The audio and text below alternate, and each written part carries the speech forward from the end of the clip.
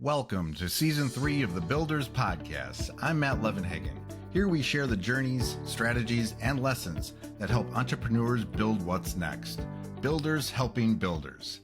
Enjoy the show. Hello, everybody, and welcome to another The Builders. Today we are joined by Bob Labbe. Labbe.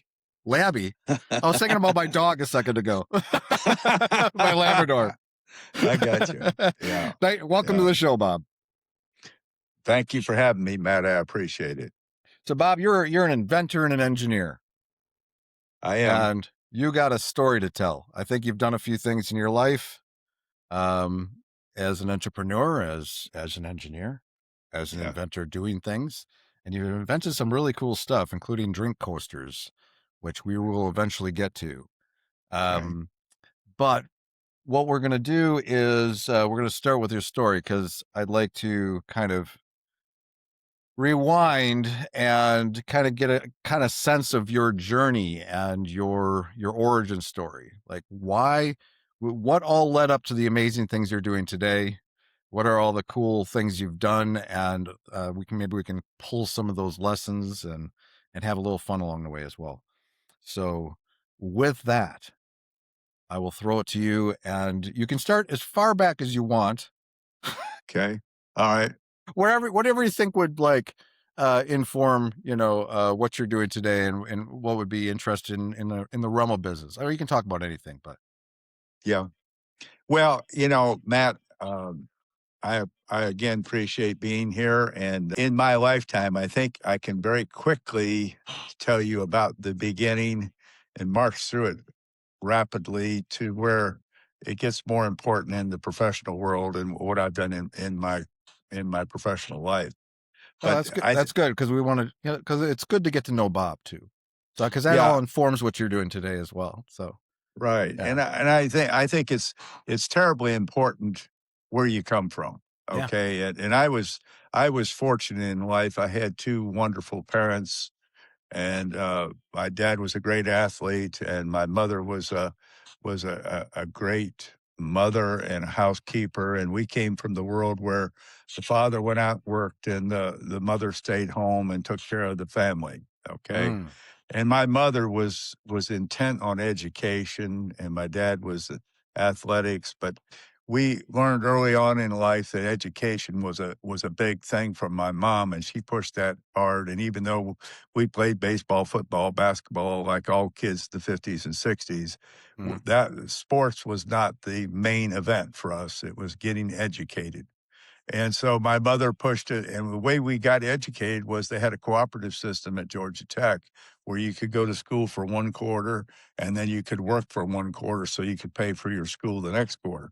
So we worked our ways through school. My brother and I both did.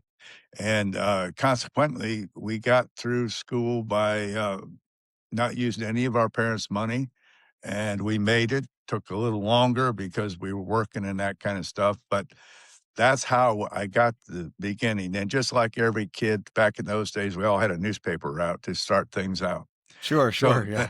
So that gets me up to 1967, 68 when I graduated from Georgia Tech in engineering. And then I had, back in those days in the 60s, engineers were greatly in demand. And even though I was a B- student, I had 23 job offers when I graduated, and I took the lowest salary of all because they had a 6-month training program to teach me about practical engineering, air pollution control, heating, ventilating, and air conditioning. They taught me about fabricating in their plant across the street from American Air Filter in Louisville, Kentucky. The laboratories, the legal aspects, every aspect of kind of business. I did that 40 hours a week for 6 months. What a great training program to couple with your theoretical education. And and that was really what made my beginning so resourceful, because not only did I have a good theoretical background, but now I had a good practical background because I got this great education from American Air Filter. So with that, I worked for them for 5 years and learning the business and becoming the area manager in Georgia for air pollution control. Then 5 years later, as an entrepreneur, I started my own company with my partner.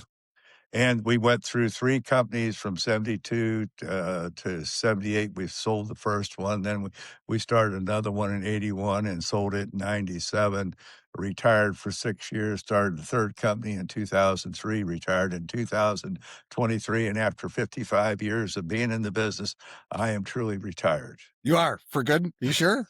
I don't know. I don't know. Except for my book and coaster. Right. Except for these, yeah, those few things. Right. So it's interesting. I'm always curious, like what the leap was. Like you're working for somebody else, and suddenly you got. Where does entrepreneurship come in? Like, did you see a something? Is it something you wanted to try, or something you always dreamed about working for yourself and building stuff for yourself?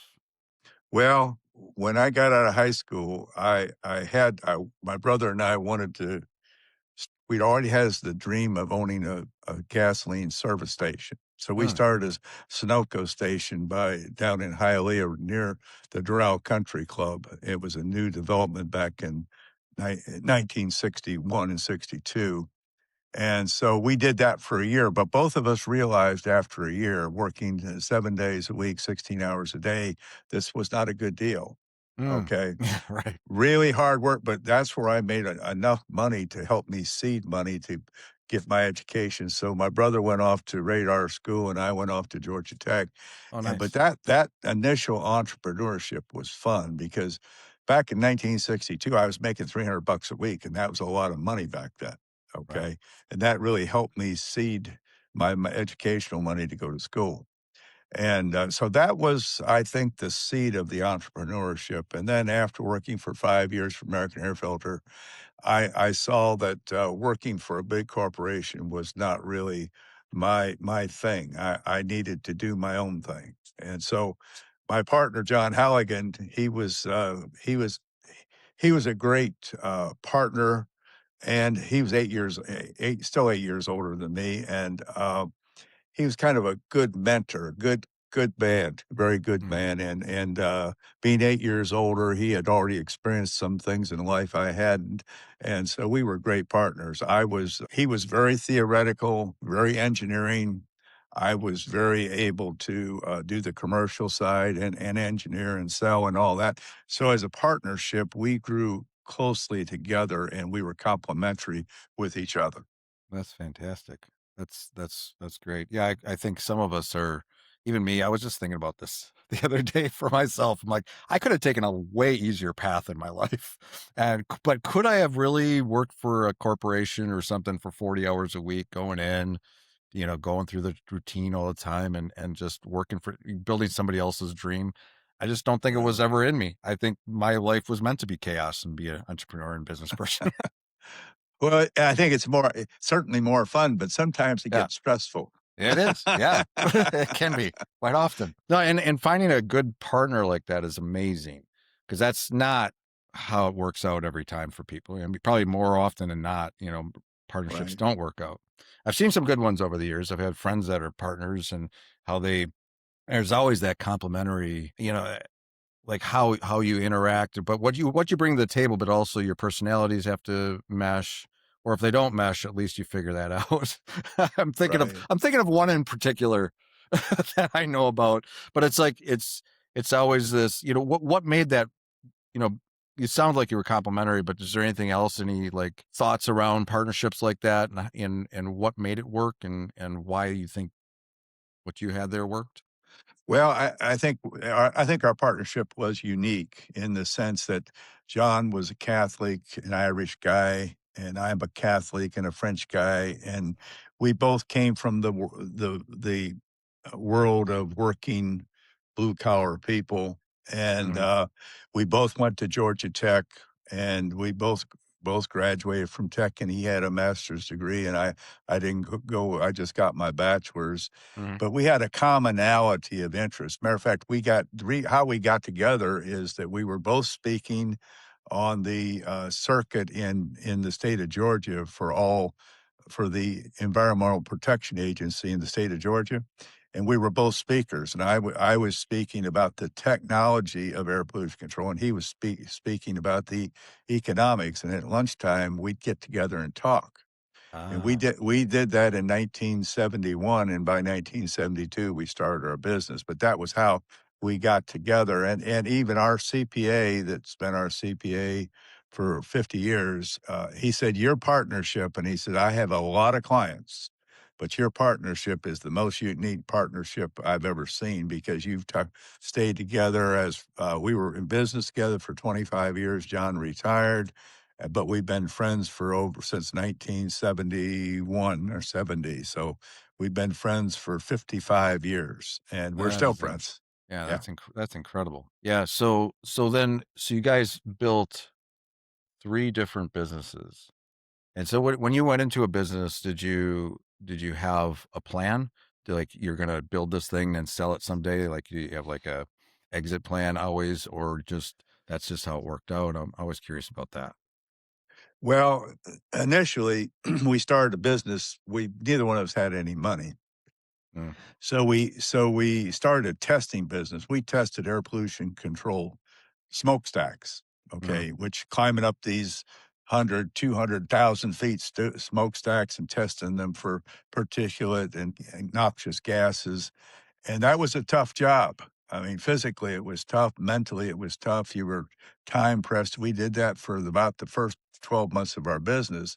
mm. But because I was in the business of selling air pollution control equipment, I knew a lot of people, and I had a friend of mine call me, and he said, "Bob," he said, "I need you to build a bag house for me down at this asphalt plant." And I said, "Bill, I'll do it. I'll do it. I'll get my partner. We'll do it." So we built our first bag house system at a asphalt plant in south part of Atlanta.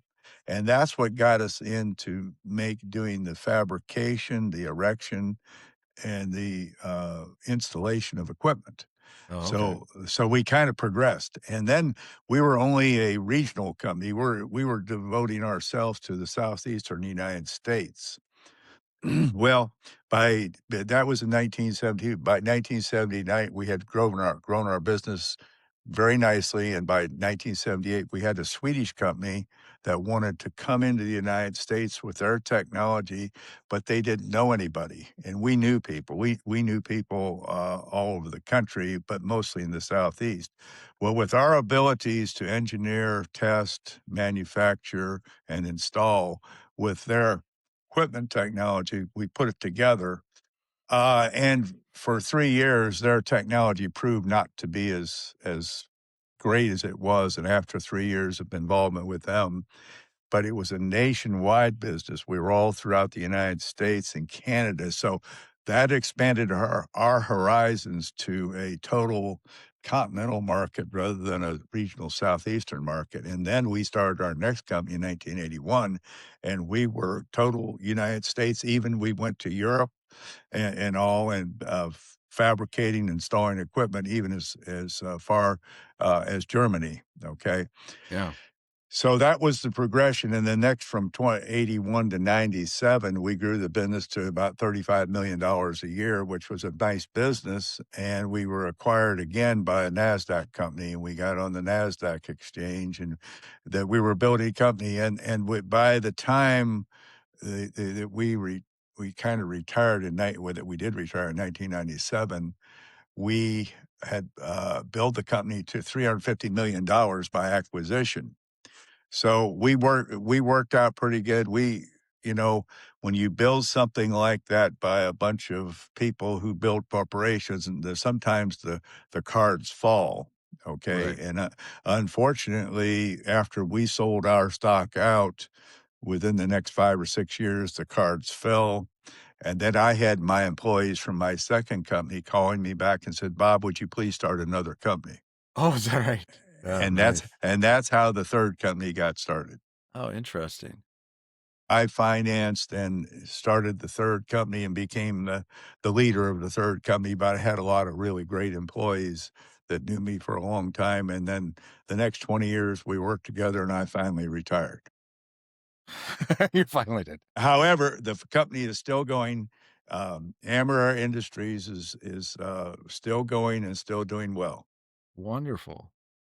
Oh, that is a really great journey. You've had an amazing life and business and everything. But Yeah. just hearing that, like, it just feels like You were right place, the right time, and I think about strategic partnerships and things like that. Even in my small little business of web design development, where I partner with other agencies, we're complementing them in some way. We're delivering something they can't, or they want to extend what they're doing, but there's something complementary there. And to hear that, yeah, I mean, it just happens, and it happens through either connections or whatever. Another thing I imagine just hearing about your employees coming back to you, I mean, building those relationships along the way as well.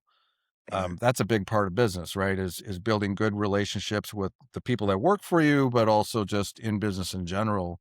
Is right. is can you speak to that a little bit? Like, what Yeah, how I you think that is the key to really being successful is having good relationships with your immediate employees that are working in all aspects of what you're trying to do. And then we developed a great manufacturers representative system throughout the United States. And see, I always felt we had some great representatives in Ohio, Pennsylvania, Florida, Illinois, and they became friends. And Mhm. how I looked at my business was I had representatives like in Akron, Ohio, that had the whole northeastern part of Ohio, great industrial part of the world. And my representatives, we developed personal friendships. right? And then they took us to their customers and introduced us to their customers, and then their customers became ours. But we were a partnership. Right. And so having those great relationships all over the country along with great employees, what a great way to you always felt like somebody had your back, you know? Sure. Yeah. Sure. Yeah. So I it mean, was it was a wonderful ride. And yeah. and and I tell people I had such an enjoyable working career that I really felt like I never really worked because it was always a bunch of fun. Yeah. Well, that's perfect. Yeah, Yeah, I mean, that's something we all can that's so inspiring. Like, yeah, and I yeah. yeah, I mean, you think about the relationships and that does make like, you don't just wanna show up, even if have your own business, you don't wanna just show up and, grind every day and That's right. just deliver and worry about clients and putting out fires and all that. You wanna actually be doing business with people you like. Right, exactly. And again, I can kind of relate it to my little business. I call it a little business because you're talking millions of dollars Yeah, beyond what but yeah, my little yeah. business, it is about still relationships, like It is. even agencies, like there's a local agency I'm thinking of right now where we get together, we have Christmas parties, but so we had kind of built a personal face-to-face relationship over the years that's been great. And so it's not we get business done. We still, do what we need to do for them, but at the same time, it makes doing business so much more fun. And but yeah, so awesome. So then now you're retired. Right, right, You have all this experience and everything, but you decided to do some other things. Now I know there's two realms here. There's the golf realm.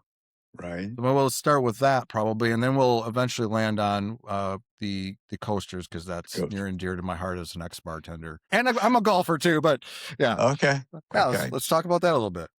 Okay, well, it's kinda interesting. When John Halligan and I retired in 1996, 97, we both wanted to always play golf. Matter of fact, during the years that we had our air pollution control companies together, we had a sales meeting every year, and Mm, we would go down to Destin, Florida, and we'd have a company little golf day where we played with all of our representatives. We were both John and I have some natural athletic ability, but we never had time to play golf, or we never allowed time to play golf because right. we were too busy in our business. That was a mistake. We should have played golf because golf is a great place to make business relationship as well as personal long-term relationships and just total friendships, Yeah.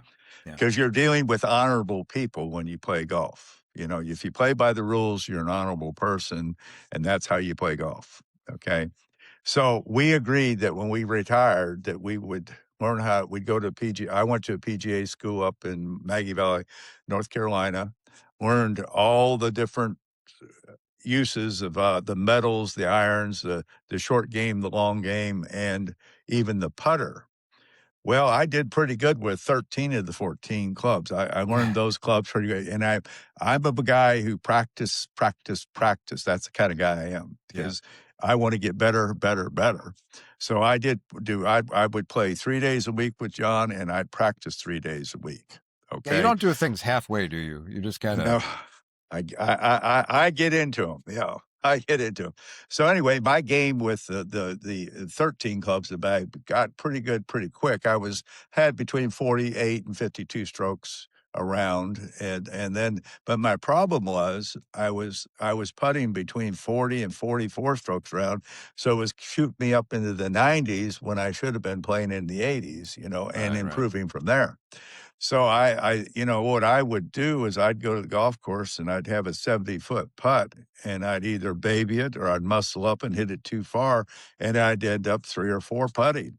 And, Yeah. and I thought, man, this is ruining. What am I going to do? I even called a bunch of my rep friends and said, hey, these guys were Bobby Cox and Larry Heath and Tim Berenger and said, hey, man, you guys are good golfers. Tell me what I'm doing wrong. And they gave me their advice, but it still didn't work.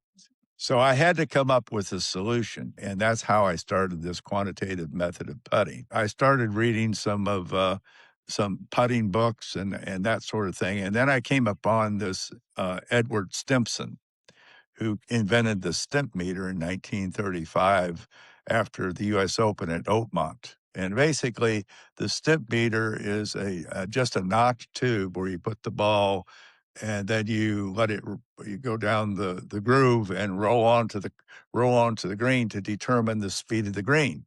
Mm, And you take 3 balls and you do that. If they end up within 2 feet of each other, you take the average, and that's the speed of the green for the day. Well, he invented that in 1935, but it never got accepted by the USGA as a methodology for green speed until about 1976, 1977. And so I thought, well, gosh, if you could get to a qualitative method of determining the speed of the green, as an engineer, I should be able to design and develop a quantitative method. mhm. And so consequently, that's what I did. So anyway, that was my challenge then was how was I going to take this qualitative stimp meter methodology for speed and turn it into a quantitative method? And that's what it took me. It did take me long to develop the method, but what it did take me a long time to do was to test and retest and be sure that this method was workable. So explain quantitative method a little bit more. Um, Okay, well, the quantitative method, the event of putting a ball is a force friction event. mhm, Okay, mhm, the green on every course has a certain friction. The fringe, the fairway, the first cut up, all those surfaces have different frictions. And the force is what you apply using the putter to the ball. So now if I could retract my putter a given distance and striking through the ball by rocking my shoulders as we do when we putt, and then I could quantify that action of as I had coined it, individual power factor. That's the rocking of the shoulders with a given distance of retraction of the putter and then stroking through the ball and have it go a given distance, then I would have something that's quantified. And that's what I set out to do. So much so, I started in my carpet right here and right next to my office here, and I have 50 feet of carpet. Well, I can putt on. Well, I use my architect's scale and my ruler for determining 1 inch through 12 inches for the retraction. But the carpet is a kind of a Berber carpet, so it has friction, but it's not too bad because it's not a deep plush carpet. mhm. And then I determined that I on this carpet that I my individual power factor when I retracted my putter like 3 inches, the ball would travel 33 feet. So in this carpet, I learned that for every inch of retraction, the ball would travel 11 feet, and at 3 inches, it would travel 33 feet. So I had suspicions. Hey, this method could be linear and reproducible. Mm, Okay. So I took it to the golf course. I took it to my practice green here at Meadowbrook Country Club, which I was a member, and I tried that. And hey, I said, this really works, but you have to continue to test it and retest it. And that's what I did. I tested this method all over the world, even the old course in Scotland, Pebble Beach, many great courses all over the country, my home course here at Meadowbrook. And I tested it on different types of greens, bent grass greens, Bermuda greens, Pollyanna greens out in California.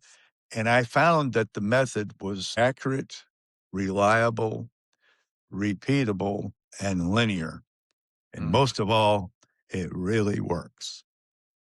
And Wow. that was what caused me.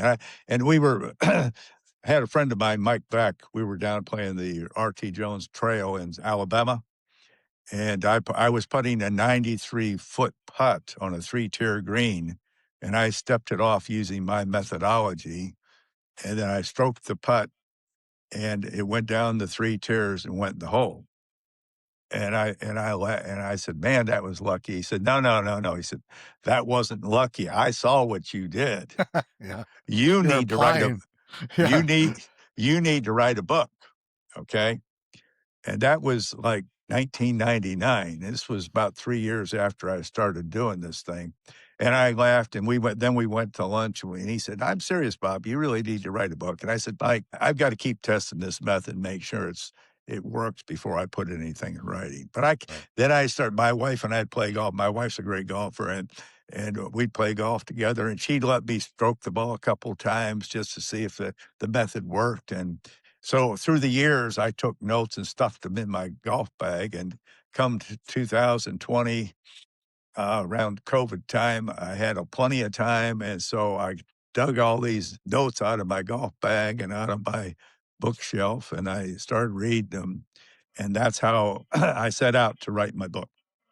And so it was, how, who, where, why, and when do you do this? And those were kind of what was in my notes. And that's how I constructed the book. That's incredible. So that's almost 20 years or more than 20 Mhm. years later. Yeah. That's again, one of those inspiring things. If you have an idea, the idea can just kind of be there and percolate, or just be there when you're ready to do it. It doesn't, that's very cool. Well, Matt, one of the things that kept me from putting down anything about golf in a book is there's been so many magnificent people that Mm, have played the game of golf.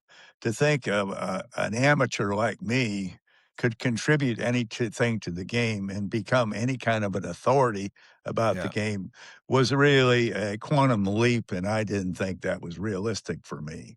Mm, But gotcha. because of my testing and retesting and doing this at home courses, away courses all over the world, I knew I had something to tell the golf community that was accurate and something worthwhile for every recreational, amateur, professional golfer anywhere in the world. And this actually works on miniature golf courses too.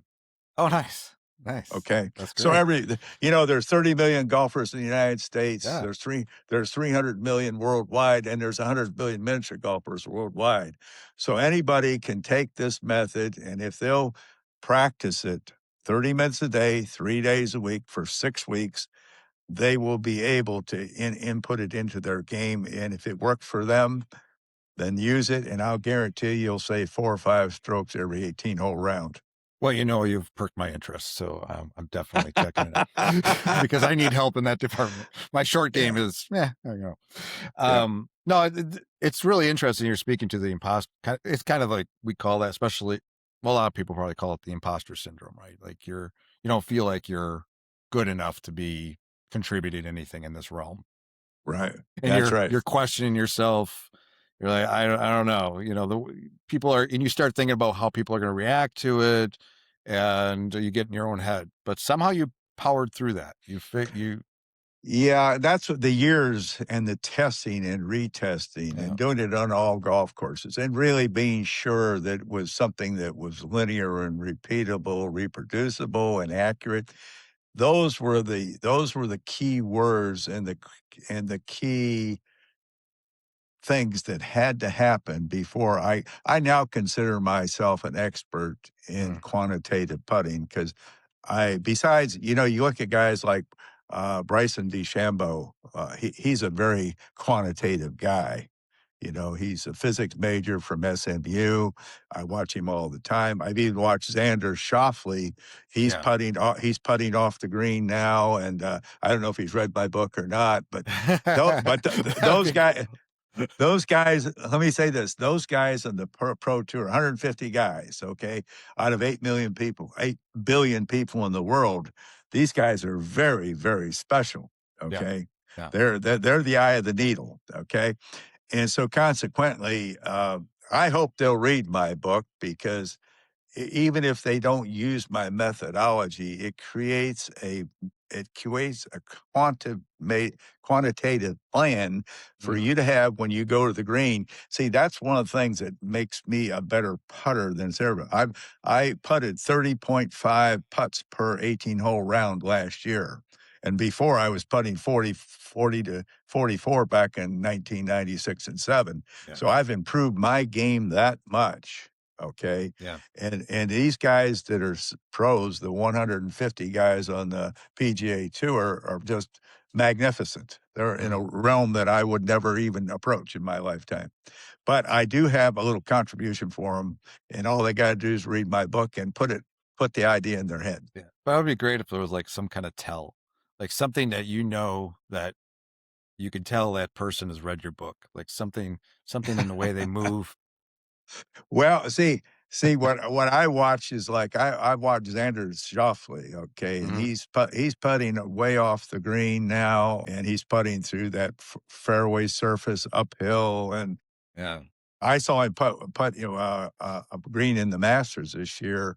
He was probably 25 feet off the green and going from a downhill to an uphill elevation, going through the fringe and going on the green. He putted that ball and he left it about 2 feet from the hole. And I Mm. thought, Xander, I hope you read my book. We need a testimonial. That'd be great to, no, that's fantastic. And I'm serious. Like, I mean, even amateurs, you know, I mean, if it can help the whole gamut, like amateurs all the way up to the pros, that's amazing. But that's great. I mean, and that's why it's so important to just find that belief in yourself. I mean, you tested it a lot. You did, that was a big Yeah, thing for you. But right. but still, I mean, even then, it's like, eventually you got to just take the shot. You know. Yeah. Oh, yeah. Um, so that's great. So you published the book. So you wrote the book. It's published. You got it on Amazon, or you got it in bookstores. Or is it? Right. It's on all the bookstore stores, actually worldwide. Wow. On bookstores, but Barnes and Noble, Amazon, you can buy it and Walmart on and then, but if you go to boblobby.com Hmm. or puttingbythenumbers.com, you can buy it there. And if you buy it there, please buy it from Barnes Noble and give me a review because I need more reviews. I Yeah. only got about 30 reviews, and they're all pretty good. I got some guys that are old guys like me. This is a arithmetic. This is arithmetic. I've taken this engineering and distilled it down to something simple that you can use on the golf course. If you can go to the grocery store and say, "Hey, I want to eat 3 cans of beans and they're each 50 cents," and you can say it's a buck and a half, then you can use my method because that's how simple it is. I had that Okay. figured out before you even said it. So, but with that said, that's the key. It's got to be simple so you can use it on the golf course, Yeah. and that's exactly what my method is all about. Now, my publicist and literary agent, Gabby Garcia, with Bookhaven Literary in Jackson, Mississippi, she handles all my publicity, et cetera, et cetera. And so uh, we do everything through her. Mhm. and she's done a wonderful job for me. We're sold, I think, somewhere plus or minus 10,000 books so far worldwide, and it's increasing very rapidly. It was a slow start, but the curve is moving Yeah. up hyperbolically. Well, that's amazing. It's gotta feel really good to, I mean, this is your first and only book, or do you have another Correct. one in the works? Correct. I wrote a lot of papers, both commercial Okay. and technical papers when I was in business, but I've never published. I've published all these papers, Yeah. technical papers, but I've never written a book before and published it, But that's except for that's this one. awesome because that's, I mean, that's kind of part of your legacy. You're leaving something behind, and you know that that's gonna be out there. Like Yeah. creating a piece of art that you know is gonna be on somebody's wall somewhere at some point, helping them, and they're enjoying it. In this case, they're Yeah. enjoying a better game of golf because they're improving their short game. From there, you also have a little story around coasters. And Yes. Yes. again, near and dear to my heart, because I was a bartender for a good part of my 20s, long time ago. Well, for me, it's the like 90s. Okay, so I was in the 90s. I spent a lot of time as a bartender. But yeah, and so coasters were a thing, and also just being in the bars. But tell us that story. That's a really interesting one. This is another situation where knowing a little bit about it already, where you were doing something and then something happened. And I think this is kind of with golf, right? You're learning how to play golf. You can't putt. I need to Right. figure out a solution. Right. Now, this Right. is your engineering brain. This is There your you brain go. on engineering, or one of the I two. got. I got another idea now, but we're not going to go there. Next But show. anyway, before Yeah. we leave golf, let me just say this, Matt, if I may. Mm, The reason I wrote my book, and I know that it really works, is I wanted the golf world. I want to be a contributor to the golf world. Even though mm, my game is, I'm a 7 handicap now and I'm 82 years old, I just wanted to make a contribution to the game of golf. And I wanted everybody in the world to know there is a quantitative method of putting. And if you're having trouble putting, this really works. And that's my message. If I can just get that across to everybody to at least tell them, hey, there is a way. yeah.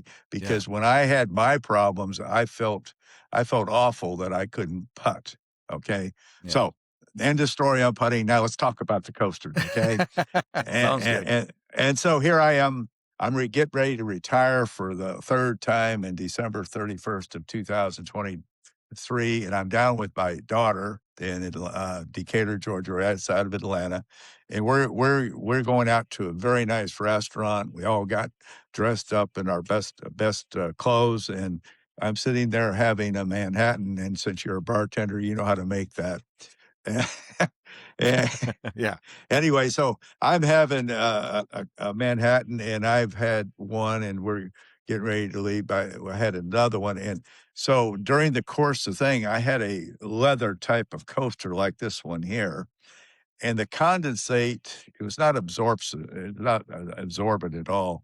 But I did notice it because we were talking, and I went to pick up my little glass to take a sip, and here the coaster was attached to the bottom of my glass. And when I tilted it to take a sip, it fell on my favorite silk tie and then onto my suit coat, pants, cocktail table, and on the carpet floor. And the stain that it put on my tie was not able to be It was, removed by the cleaners. So it oh no. ruined my favorite silk tie. And then when this happened, I said, Kelly, I'm about ready to retire from the air pollution control world. But I said, this coaster thing has been a pet peeve all my life. And I've had this happen more than once, and Yeah. I'm going to solve this problem. Well, that was my commitment, and that would happen in October of 2023. So I went home back to St. Louis, and I started making drawings on a piece of paper, and I'd come up with a pretty good concept. But I still having buddies in my air pollution control. I sent it over to Tony, my chief engineer, and I said, Tony, here's my sketches of what I think is the solution to this coaster problem. Would you put that on AutoCAD for me? And so he put it on AutoCAD for me. And then by January, first week in January, I headed to the patent attorney in St. Louis here, and we searched the patent. And by the end of February, we had searched everything, and I had written up all the claims. And by early March, we had a patent pending. And basically, this is the coaster I've designed, and it's it can be artsy by adding your logos to it. And Nice. this is the Pacific High School logo that we've been selling about, and we sold them to golf courses and whatnot. But the concept of this coaster is simple in that you can see this is a grid surface. It's got Hmm. vertical and horizontal members. And between each grid, there's a 1 millimeter semicircle that's cut into the grid. So when you put your drink on this like this, the condensate rolls down, it hits one of the grid bars, and then the condensate by capillary action goes through these little 1 millimeter holes and they fall into the basin, the pan, the basin. And that collects up to 2 ounces of condensate. And then all you do, you have company over for the night, you're having your drinks, you're protecting your valuable furniture with these things. You just pick them up, you take them, you dump them in the sink and throw them in the dishwasher, and off you go. And these are made out of ABS material. They take 210 degrees. They're not only good for cold drinks, but for hot drinks. You can get your company name. We've sent some to the masters. We're sending them all over the country now as samples, and we sold them to a lot of golf courses, and a lot of sports teams and that sort of stuff. So this is the only coaster. I'm going to be bold and say this. This is the only drink coaster in the world that really works. And that's Believe it. my story, and I'm sticking to it. Well, I'm using a coaster here, and it's like rubbery, and yeah, it gets dirty easily, and it's just I don't know. I think I feel like everything you're creating, like I want.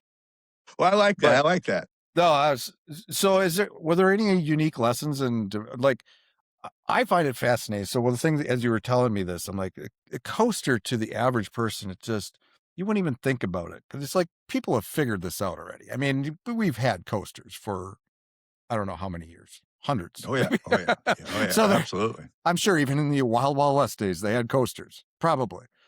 Um, Absolutely. Yeah. but how like so you're like the average person is there's nothing to do there.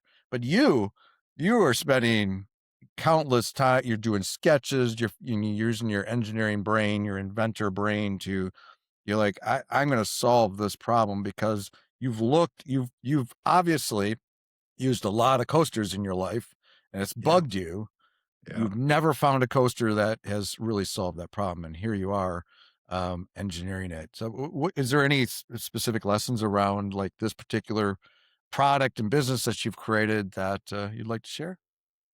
Well, the thing my wife and I we lost our original spouses, and we've Mm, been married for 20 years. And so, but each of us had 3 daughters, okay? okay. She lost one of her daughters, so we have 5 Mm. daughters. We have, 10 grandchildren and 6 great-grandchildren. All the grandchildren and great-grandchildren are boys but 1, okay? Oh yeah. But we just had girls between the 2 of us. So with that being said, I said, well, to the grandchildren and the great grandchildren, I said, hey, look, if your mom has a problem in your household, I want you to think about it. I want you to Mm. figure out how you can help your mom solve a problem when she's having around the house and get your mind thinking about things like that. And that's kind of how this coaster thing is. Like I say, it's been a pet peeve all my life. And one incident back in 2023 is what caused me to develop something that really works.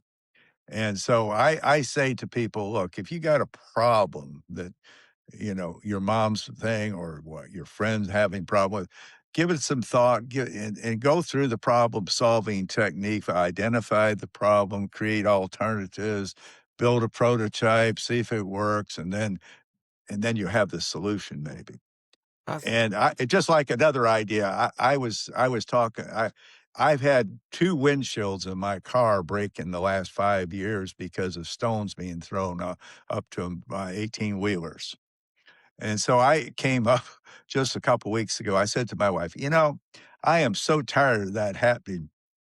I've come up with an idea how you solve that problem." Okay? But my wife said, "No, no, don't you go don't you go inventing another product." I said, "I know, I'm pretty old, and let's just enjoy our lives."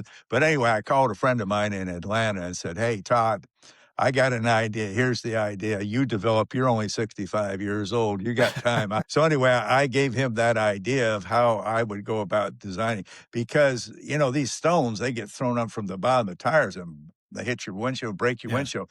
So this would not only be a good thing for the 18-wheelers, it would be a good thing for the insurance companies because how there is tons of windshields I'm being sure. broken every year. So that's my next invention that I'm never going to invent.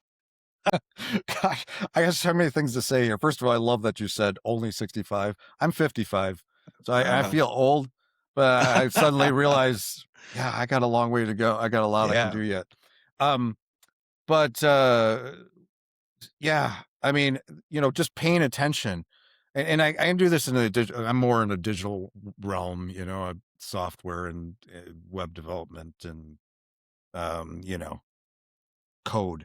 Um, Mhm, but mhm. I'm kind of the same way. I'm looking for solutions always, even if it's on a client basis. Like, we want to solve a problem, and that's kind of in some of us where it's always like things bug you, things bug me, and I'm always trying to. I don't want to see this problem ever again. I'm going to create a solution for it. But that's the key. I love that kind of that advice. The people that are out there, they want to do something, they don't know what, but it's like sometimes it's just paying attention to what's around you and what's impacted you, and it's a problem you're dealing with, and then you just got to sit with it.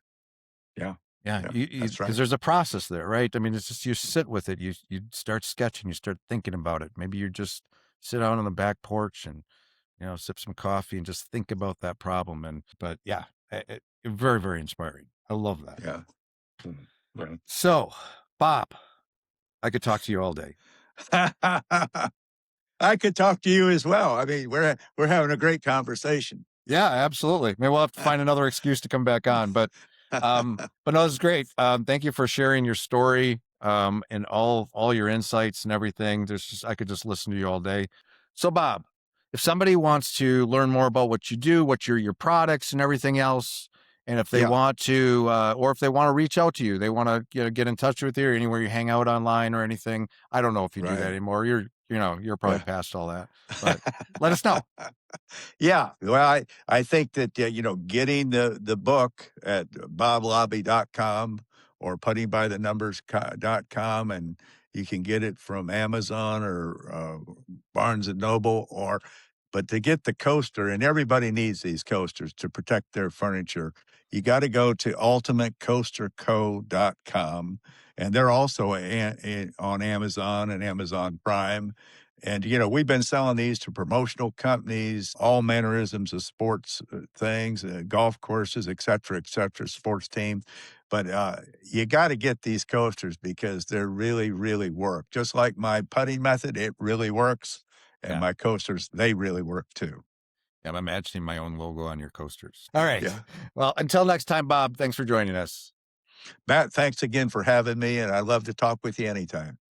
Thanks for tuning in to this episode of the Builders Podcast. One more quick note about our sponsors. At Unified Web Design, we're passionate about doing better together, partnering with agencies and businesses to deliver exceptional web design, development, and ongoing support.